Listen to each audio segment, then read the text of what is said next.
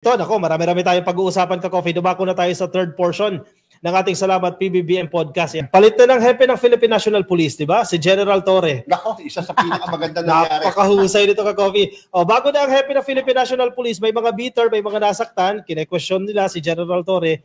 Pero grabe yung gagawin ni General Torre na reform dyan sa Philippine National Police. Dapat lang napakaganda. At syempre, consistent yan doon sa pangako ng Presidente. Sa podcast ng Presidente, sinabi niya, number 1, police visibility. Lumabas kayo ng mga presinto, lumabas kayo ng mga outpost ninyo, dapat nakikita kayo ng taong bayan. Kanina lang, nakita ko ang kanyang interview sa mga mainstream media. No? Ang sabi niya, huwag nyo nang hanapin ang mga pulis sa mga istasyon nila. No? Tawagan nyo na lang. 911. Oh, ganun? 911. Tawagan na lang ang mga pulis dahil talagang lahat ng mga miyembro ng PNP ay pinalalabas niya. Bunsod na rin ang kautusan ng ating Pangulo. Sinabi ni General Torre yan? Oh, yes, by August, i-implement na nila yan yung 911 emergency hotline. Kasi kung mapapansin ninyo, bawat probinsya, bawat city, iba yung mga hotlines eh. Correct. So, correct. Philippine National Police centralized na yan. Ito, centralized. 911. Kung saan naman malapit kayo nakatira, sa estasyon na yun ang doon ibabato ang inyong concern. No? Alam mo, yun na magre-responde sa inyo. Hindi na ako nagugulat dyan eh, kasi base sa mga kilos at achievement ni Torre, maugulat ka pa ba dyan? Eh, talagang napakahusay na general yan. Buti talaga yan yung itinalaga ni PBBM kasi walang, para sa akin walang iba na karapat-dapat sa Chief PNP kundi si General Nick Torre. Alam mo sa PBBM, binansagan ko yan. General Astig. The People's General. Sobrang pasastig. At nagdi-deliver talaga. Kasi yung mga inaresto niya, hindi basta-basta yun. Totoo. At ko, hindi kaya ng iba. Trillionaire yan. Si Kibuloy. Kung nagpasindak si General Torre sa mga senador, sa sinasabi ni Bato, nagpatakot siya dyan, hindi natin ma-aresto si Kibuloy. At saka may kapangyarihan yata yan. Paano niya nalalaman, naririnig yung puso sa tibok sa ilalim ng lupa? Heartbeat. May heartbeat.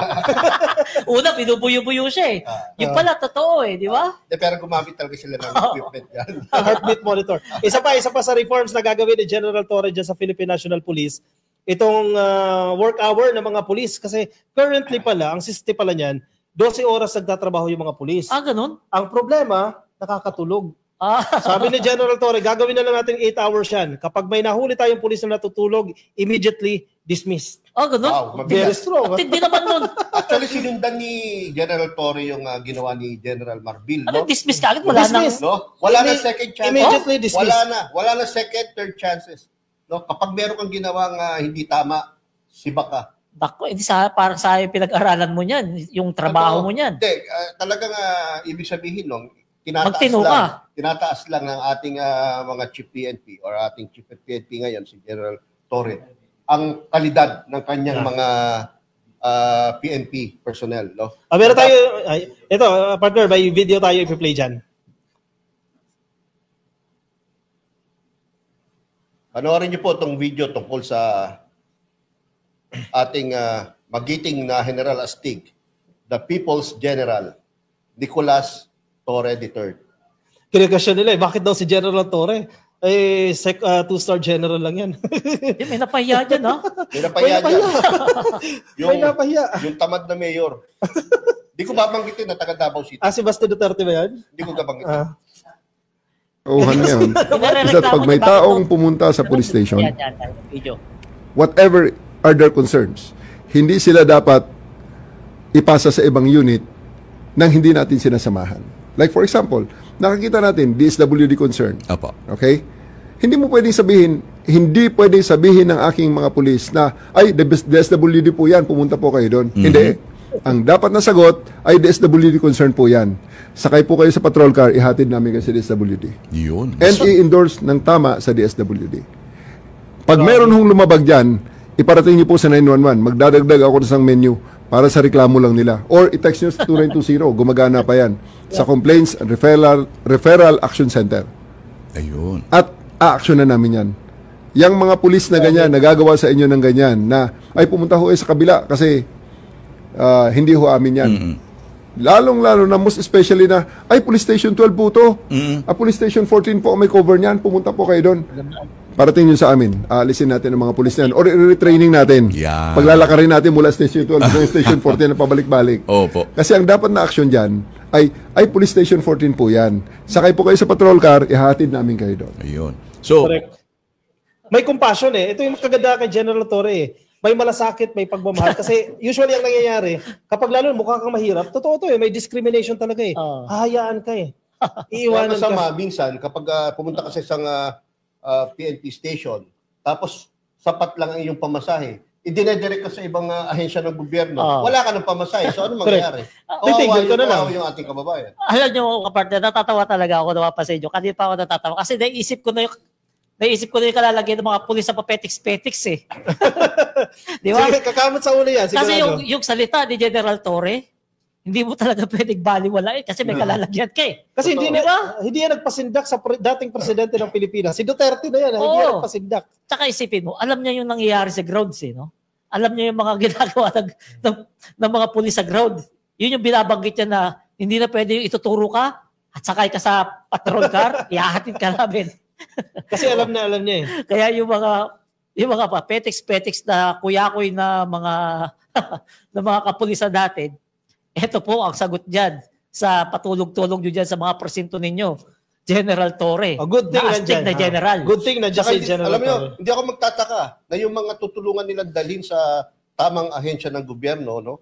Baka yung mga pulis na yan, on their own, magbigay pa ng something yan sa mga mamamayan na mahingi ng tulong sa kanya. Lalo pag nakita nilang talagang hikausang kalagayan sa buhay. Diba? Actually, itong effort na to, isa rin to sa paraan ng Philippine National Police para ilapit yung loob ng netizens, ilapit yung loob ng mga residente sa pulis. Kasi hindi ba natin i-deny yan eh. Nawala ng tiwala yung taong bayan sa ilang mga pulis kasi baka lumapit ka, tukhangin ka, di ba? So one way ito para ilapit natin yung loob ng mga taong bayan sa pulisya. Kaya sige, may mga comments tayo. Sige, yung mga hindi pa po naka-like, naka-follow, yan pasuyo na lang ha. Sabi ni Donna, Pa-share na lang po. ni Cora Tolentino, God bless PBBM, mabuhay ang Pilipinas, watching from London. Ay grabe. Masarap pagbakasyon sa mga lugar na may kakilala na tayo ah. Hindi pa ako nakapunta dyan. Oo. London, Pero meron akong kaibigan yan. Si Dustin Lee. No? Hello, Dustin Lee. Shout out sa iyo. Napaka masugid dating follower. No? At talagang tumulong ng husto kay Secretary Benhar Abalos. Nagkampanya talaga ng husto sa London yan. No? Ito, may good news tayo ha. Segue tayo dito after sa Philippine National Police. Diamante Marino, grabe. Ang galing talaga ni General Torre. Correct, wala tayong question dyan. Ito, may good news tayo. Alam nyo ba na itong pera, ito, nakikita ninyo, yung mga bago nating banknotes. Ito, may 1,000. Ito, sir, tinan mo. Oy, akin na to Okay, Sir George. Yung 100. Ito mga banknotes na yan. Ano ba to? Bakit meron tayo nito? Alam mo, nakatanggap to ng pagkilala, international ha. Oh? Dahil sa ganda ng pera natin sa pagpo-promote natin sa kultura sa identity ng Pilipinas. Kasi noon nakikita natin mga bayani, di ba? Pero this time ito yung mga endangered plants, endangered na mga animals na pinapakita ito yung Pilipinas. Napakahusay, napakaganda nito. Nanalo tayo ng international award dahil po sa mga banknotes na ito.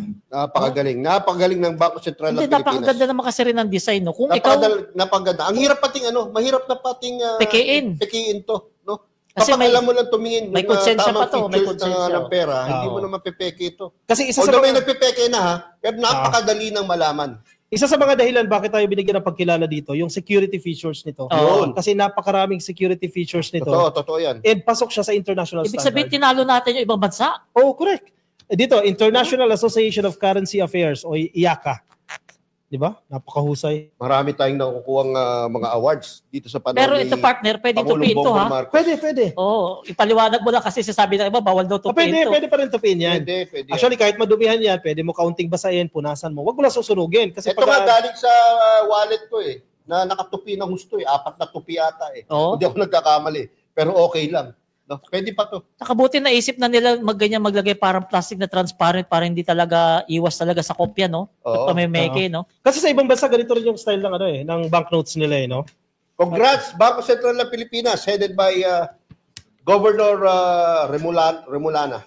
Isipin mo, ang dami ng ito, security features, 1, 2, parang Hindi mo na mabilang. 8. Parang Hindi mo na wala kasi mabilang. pag ginanya mo, may konsensya pa, oh. Oh, di ba? Wala ka lang tao. Ang tao, walang pera. Oh, Ang pera, may tao. Ito, Wala na. ito, Binago na. na yan, no? Kasi endangered plants na yan. Grabe, kailan nabalita to? Parang di yata to alam ng mga kababayan kahapon. natin Kahapon lang. Kahapon. O ngayon, Alam mo, updated tayo lagi sa alam mga niyo ng balita. mga kababayan ha, nanalo pala itong mga pera natin, itong design ng pera natin International sa Award. international award at tayo yung pinaka number 1 sa pagandahan ng design ng pera at saka sa paramihan ng Security Security features. features. Very innovative ka, Coffee. Oo. Pati yung design. Yung design na Ito yung design nga maganda nga oh.